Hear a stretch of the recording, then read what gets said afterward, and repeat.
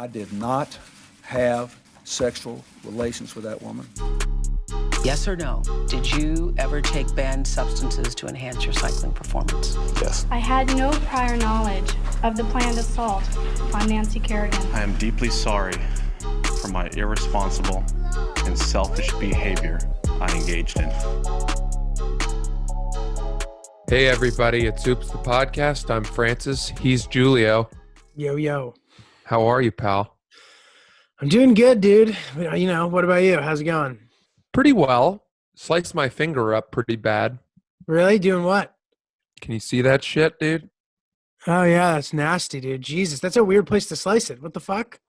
A splinter from a shard of wood came back and sliced my knuckle almost off. While you were chopping wood? I was chopping wood.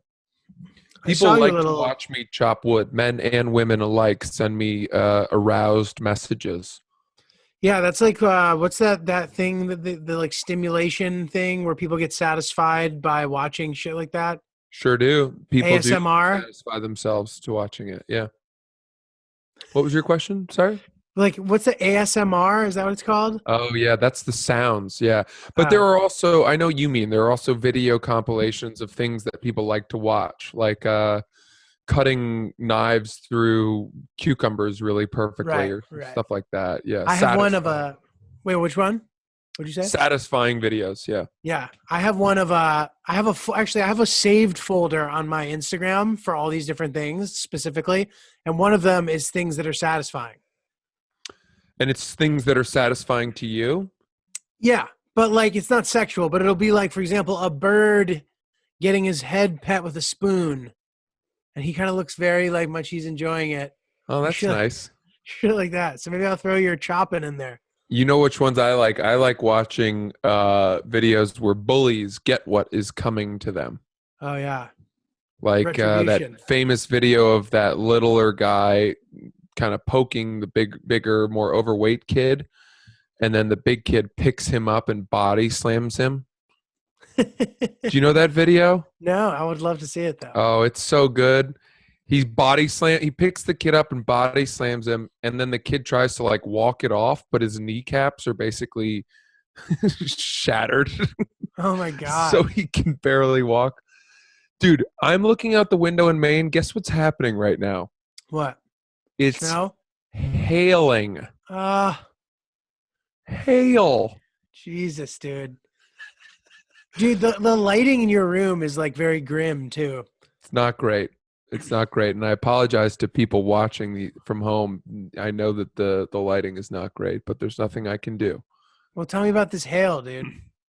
Well, the hail sucks, and it's 43 degrees, and there are times in end of March, April in Maine where you won't see the sun for 2 weeks. Just gray skies, and it'll either rain or snow or some kind of bullshit like that. And I think that's kind of where we're at right now. Yeah, it's been similar to that here, but not quite as extreme. Like it's been raining a shit ton. The rain doesn't really bother me that much, but like 43 and hail is really bad. But dude, don't forget, you get to stay inside if you want. That's true, and I am staying inside. But it does remind me when I had I guess it was my junior year, I went to prom, and I had an after prom little get together at my house here, and everyone slept in a tent. We had a couple tents. Nice. And we set it up outside, and I remember the girls were freezing because it's May, And I remember being like, God, you don't be a bitch, I said to my prom date. And we didn't hook up. We didn't hook up at all. I hooked up with someone else's prom date, though. On the evening of the prom? Yeah. Savage, dude. Well, the guy they had just gone as friends, and I think maybe he had a girlfriend who was from another state or something. So. Oh, nice. So that worked out. Yeah. Kind of. Yeah. Dude, I was a huge fucking beta on my prom nights. Like I went to the girl who I really liked, her senior prom, and she went to my junior prom, and like both of those nights ending with us cuddling and me being like, "You're the greatest girl in the world. I love you," and like not getting any action. Did you tell some girls that you loved them and nothing happened? Yeah. Oh All the yeah, that time. happened to me a lot, dude. I threw that around. I was fast and quick, fast and Really? wild with the old "I love you" in middle school and high school, Oh my God, dude. shooting from the hip, baby. It is really sad. It happened to me like many times. Like, and there was just, whether I told them or not, like it would be completely obvious. Like I've probably said this before, but I was the guy who would sit there and listen to a girl's problems with her boyfriend and be like, he doesn't deserve you. Oh God, you friend zoned yourself, dude. That is pathetic. I mean, you are one pathetic loser. I mean, And no offense. what movie's that from? Man, you are one pathetic Dumb and loser. Dumber. Is it? Oh, yeah. You know, the worst part is I spent my life savings turning my van into a dog. The alarm alone cost me $300. Hey, chicks love it. It's a shaggin' wagon. The alarm alone cost me $300. Yeah. Dude, such You know, a great movie. that was like a joke for the writers. Like I look back on that, I'm like, actually, I guess like I saw the movie as a kid and I didn't catch a lot of the funny bits. Oh yeah. Yeah, it's rewatchable. It's a fucking Um classic. well, okay, so I've got some big news. Oh yeah? My sister got married. What? For real. Yeah. Like off the cuff? Like let's get married? Dude, just they they had their wedding scheduled for May 30th, and it was going to be up here in Maine, and obviously they've had to postpone that, and they're going to, I think, try to plan the date in September. But her husband is a doctor and is working at the hospital, and they're down in DC together, and my mom encouraged them to do this, but they just decided to get married by whatever, an officer of the court or something like that. And Nice. that means that, she's now on his health care in the military Oh, through his hospital, because she, all of her doctors and her primary care physician and her medical network is all based out of New York.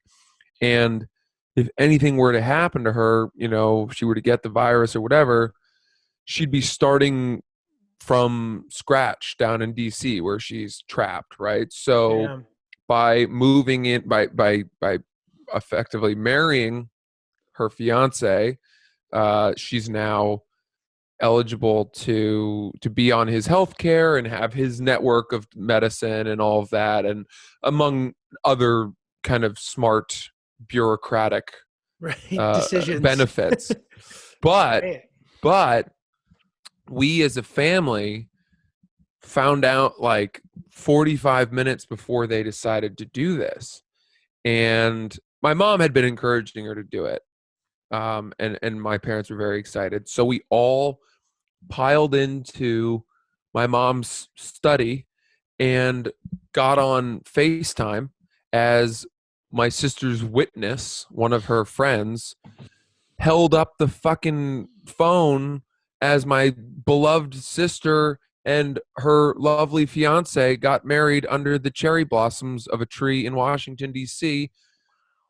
And it was Holy shit. surreal. I mean, it was crazy, dude. Like, Holy shit. on the one hand, I was kind of like, well, this is great. Obviously, so thrilled for them. But on the other hand, I was pretty sad that, like, I wasn't there, Right. And obviously, they're going to redo the wedding, and they're going to have the big party, and they're going to do their vows, and they're going to have a member of our families officiating it. So we'll get all of that, and it'll be great. But to be, these are the sorts of things that people have had to do. And I just felt like I felt a little bit sad to be, a few hundreds of miles away and not there to give them a big hug and kind of like clap and go nuts and stuff. So I don't know. Totally, man. I mean, I feel for you.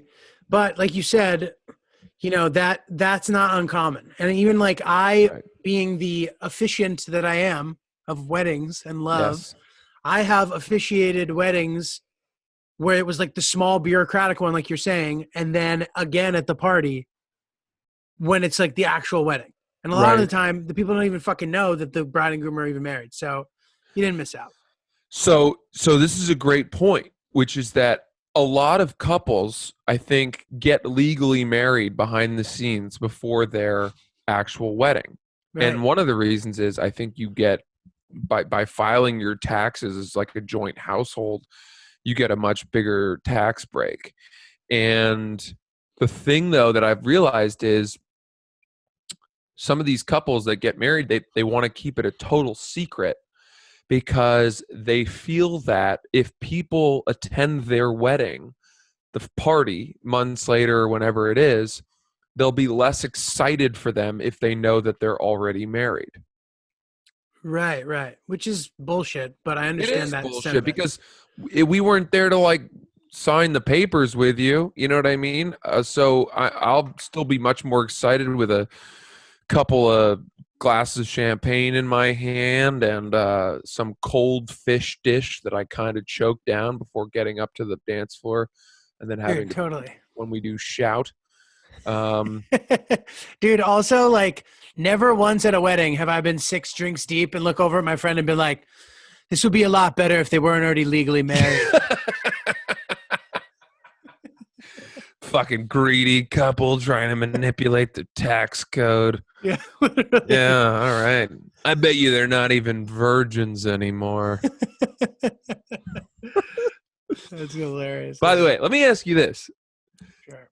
A lot of the weddings that I've been to, you know, you dance, you get drunk, you do the after party. You're expected to be at the after party when you're young.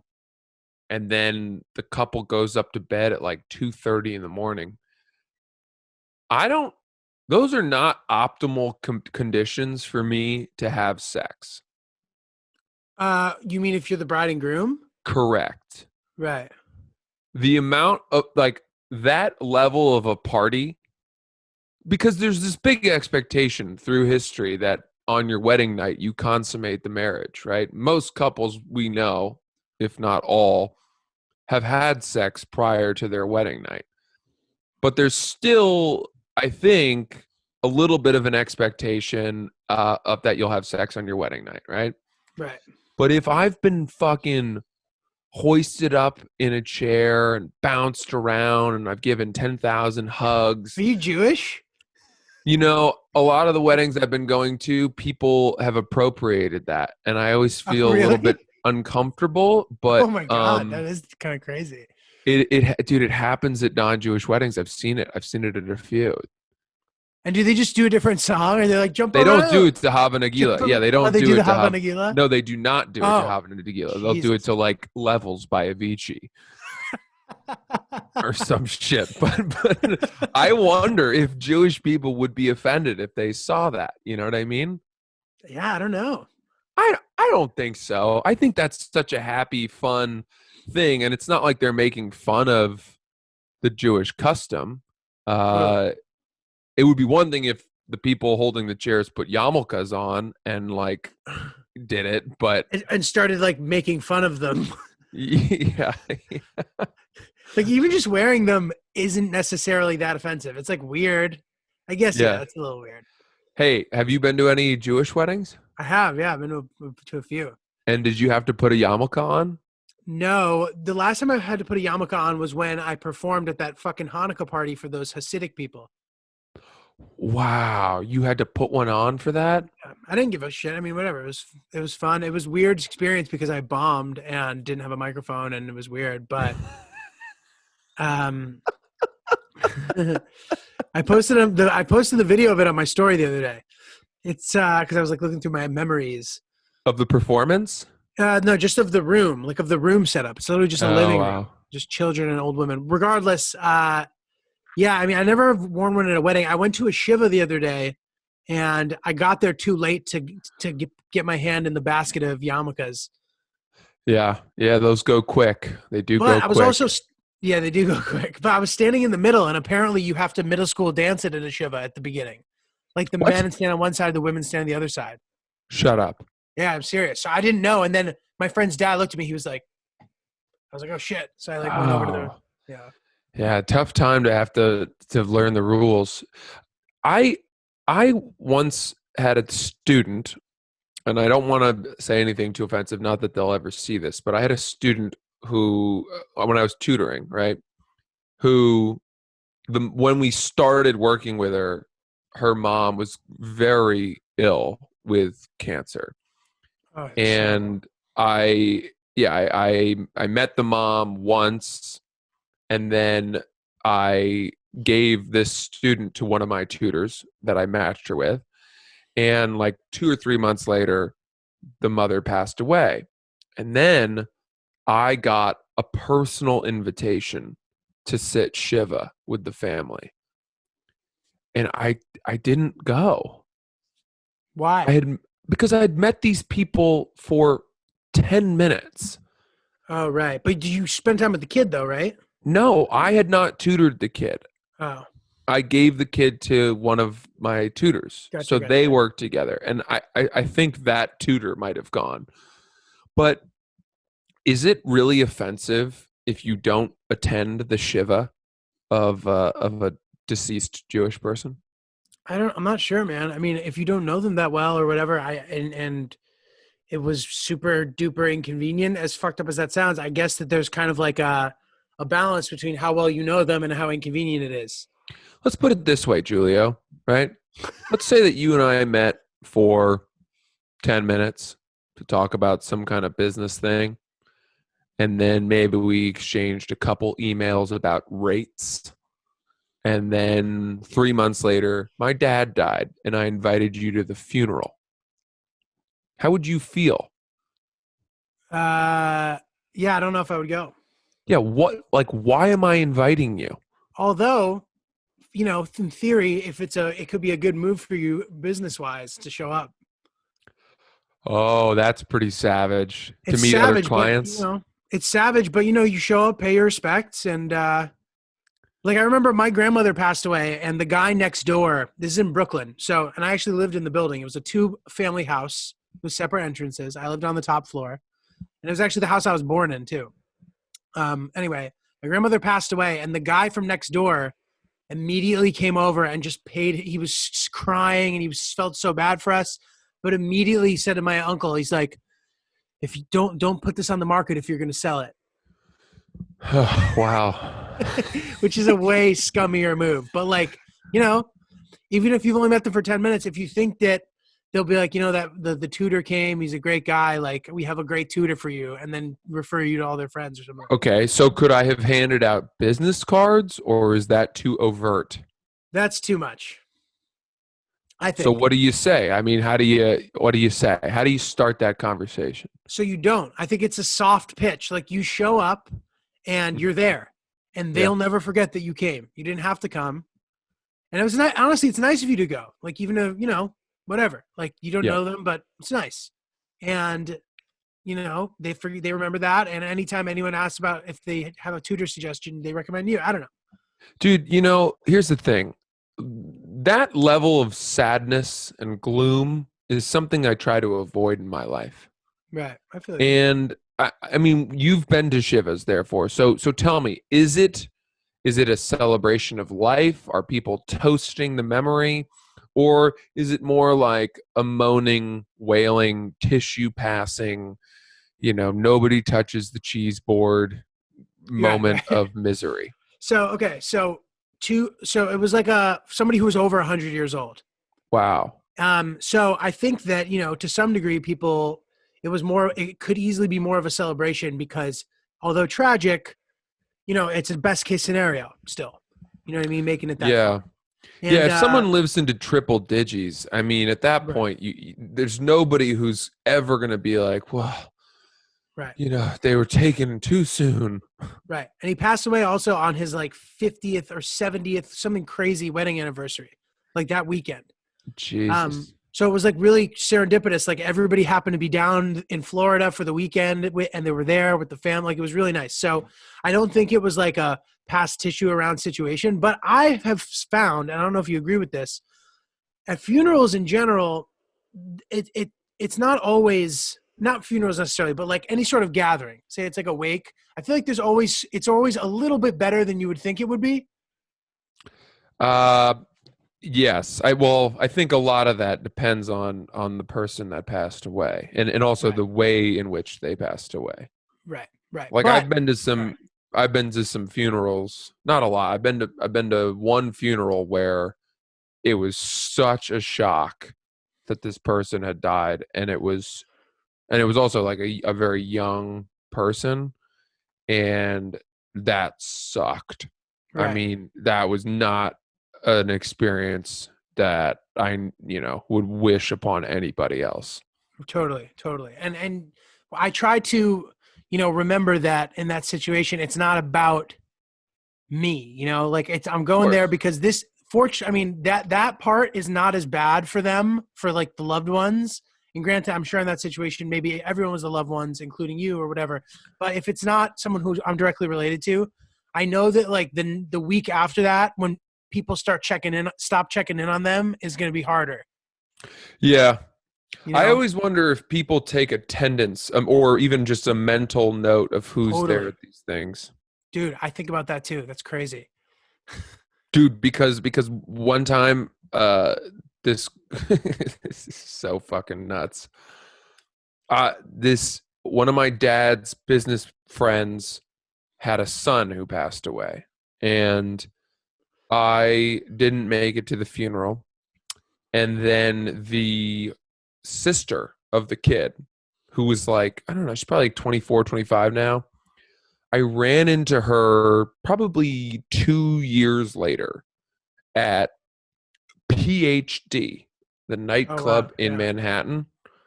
And it was like the Sunset at the Dream party. It's the one that follows the Lava brunch, and it's like 4 to 8 or 9 p.m. It's the best party in New York if you're into that sort of thing, because you can still get super fucked up and get to bed by like 10. But she was there, and I gave her a hug and we said hi, and then within 10 words she was like, "Why didn't you come to my brother's funeral?" No way. And by the way, we're like dodging, scantily clad bottle service matrons who are bringing out sparklers. You can barely breathe. T-Pain was there singing like "I'm in love with a bartender." I'm pretty sure those French twins, Les Twins, who dance, were there. I'm there with my buddy Willie Cologne, who's like blowing up and being like, "More bottles, more bottles." And this girl is guilt tripping me about not attending her brother's funeral. And I'm like, there's no excuse. There's nothing you could say, but you also want to be like, well, look where we are, Are you really upset about this? Like, you still lingering on it? It seems like life has moved on for you a bit.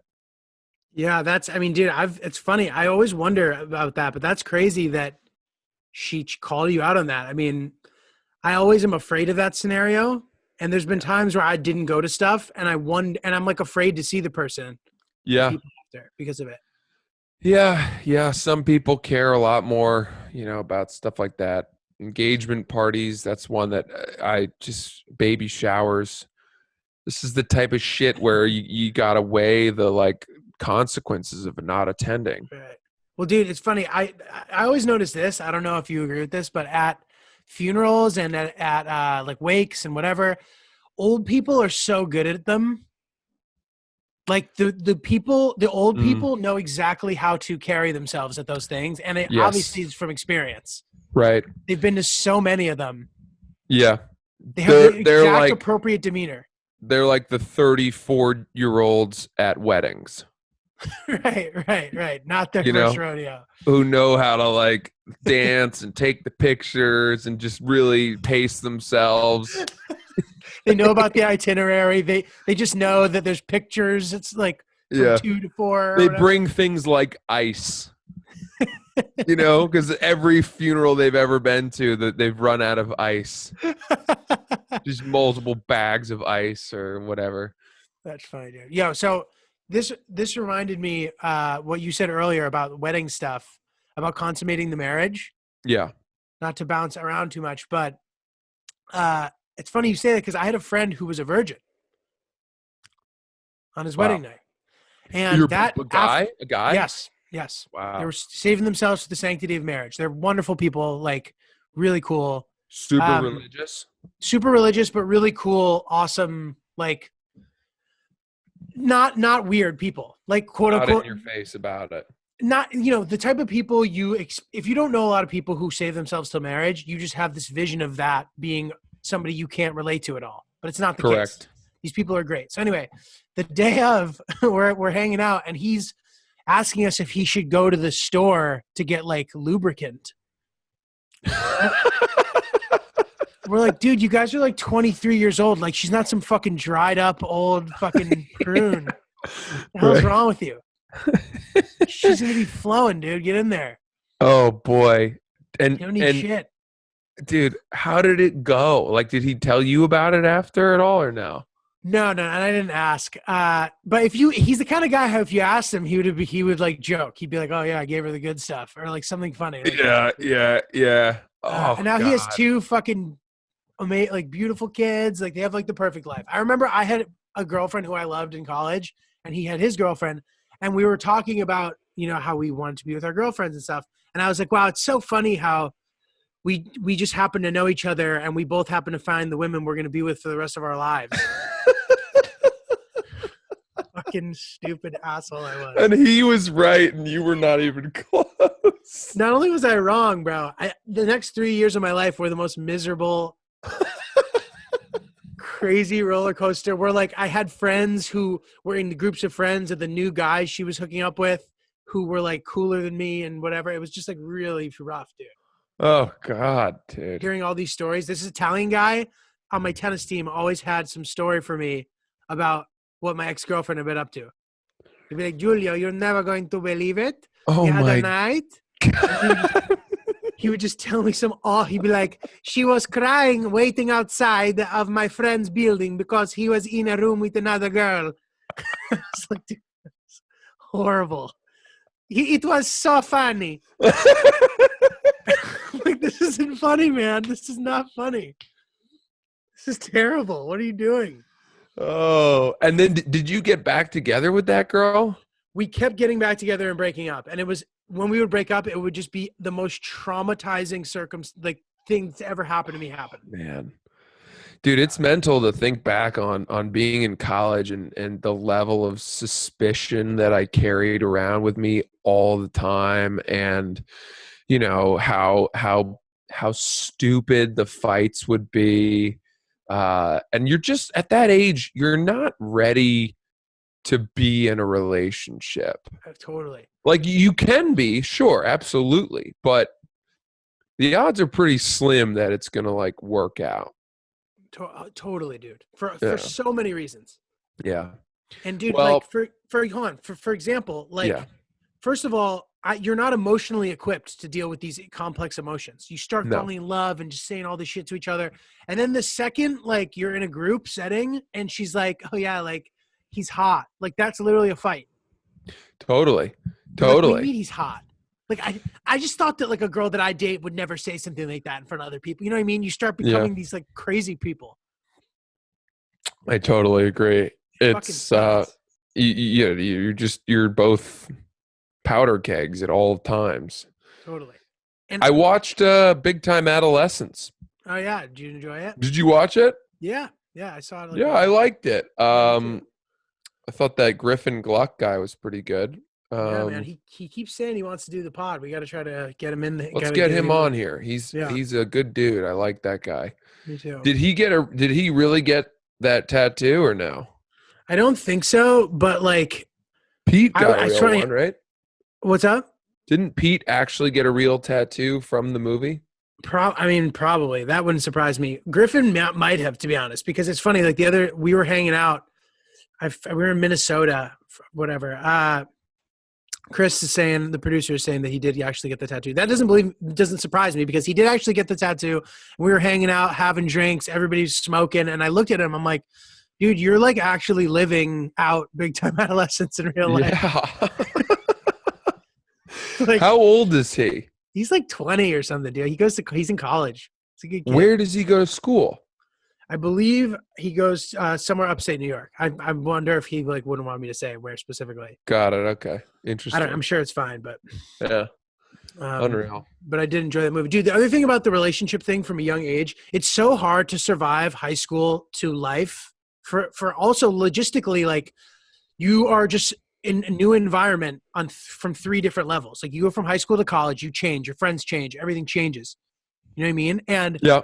you start to change, and it's hard to accept that the person you're with is going to change because you're threatened by it, and it almost becomes like a self-fulfilling prophecy. Mm. You know, and then from Yeah. college to life, there's a whole nother shift again. Lifestyle changes, people, priorities. I agree. I think my 20s were the hardest period of my life for sure. Same. Absolutely. Just impossible. And not for nothing, you know, I remember being an angsty teenager, 16, 17. I'm looking through all these old pictures we have in the house, me and my family, and I'm not smiling in a single one. I am just angry that someone asked to take a picture of our family. And I remember I used to get furious about it, and I would cite that line from Derek Zoolander. Like, I don't think that taking photos is good for the soul or some bullshit. Oh, God. My poor family would be like, come on, just one. Dude, that's so funny. But even with that, my 20s were harder. Yeah, totally. I'm very 20s, so happy much to so much self-doubt, and like you're building, you know what I mean? And like those girls who were like the girls you could date in college now are getting picked off by like established men. Yes. It's like really guys hard to with compete. LinkedIn pages. Yeah. Yeah, dude. Yeah. It's Yeah, tough. you lose a lot of girls your age to dudes who are 12 years older on LinkedIn. Yeah, it's tough, dude. But you know, I'm 31 now, and it's strange. It doesn't there's no difference between 31 and 30. Right. Yeah, there really isn't. It starts to become a 5-year block situation. Yeah. Like I 30 think to that's 35 is like the same. unreal. That's Well, good, why though. don't we call it there, dude? It's good catching up with you. Anything else that you wanted to add? Well, dude, we got a great email that I wanted to Excellent. you know, it's from our friend Caitlin. And she asked us a couple great questions, and I thought that we should maybe use one of them because they're fucking funny. So this I thought was a great question. Which would you rather be released publicly? Your entire porn search history or the last sex conversation you had with your girlfriend, including photos? The last sex text conversation? That you had with your girlfriend, yeah. Oh, absolutely that. For sure. Dude, my porn search history would like make you think that I went from being like a civil rights advocate to a like total sicko who's questioning his sexuality. Oh, dude, I bet your fucking cache is really interesting. It's like I feel like I've actually typed in Black Lives Matter on Pornhub. Oh my God. Oh my God. But I've also typed in like, am I gay? Question mark. And then there's a there- whole list of that. Ironically, some of the results are actually available in both searches. So I don't know. Dude. I agree with you, by the way. I would Yeah. prefer, and maybe it's because my girlfriend and I are not too crazy with it. Yeah, we're not crazy. Yeah. But it's still really embarrassing and exposing. And like even the things that we do say that could be considered private are really, really embarrassing. But I will take that all day over a porn search history. I agree. I just think that there are weird moments where strange moods strike when you're alone.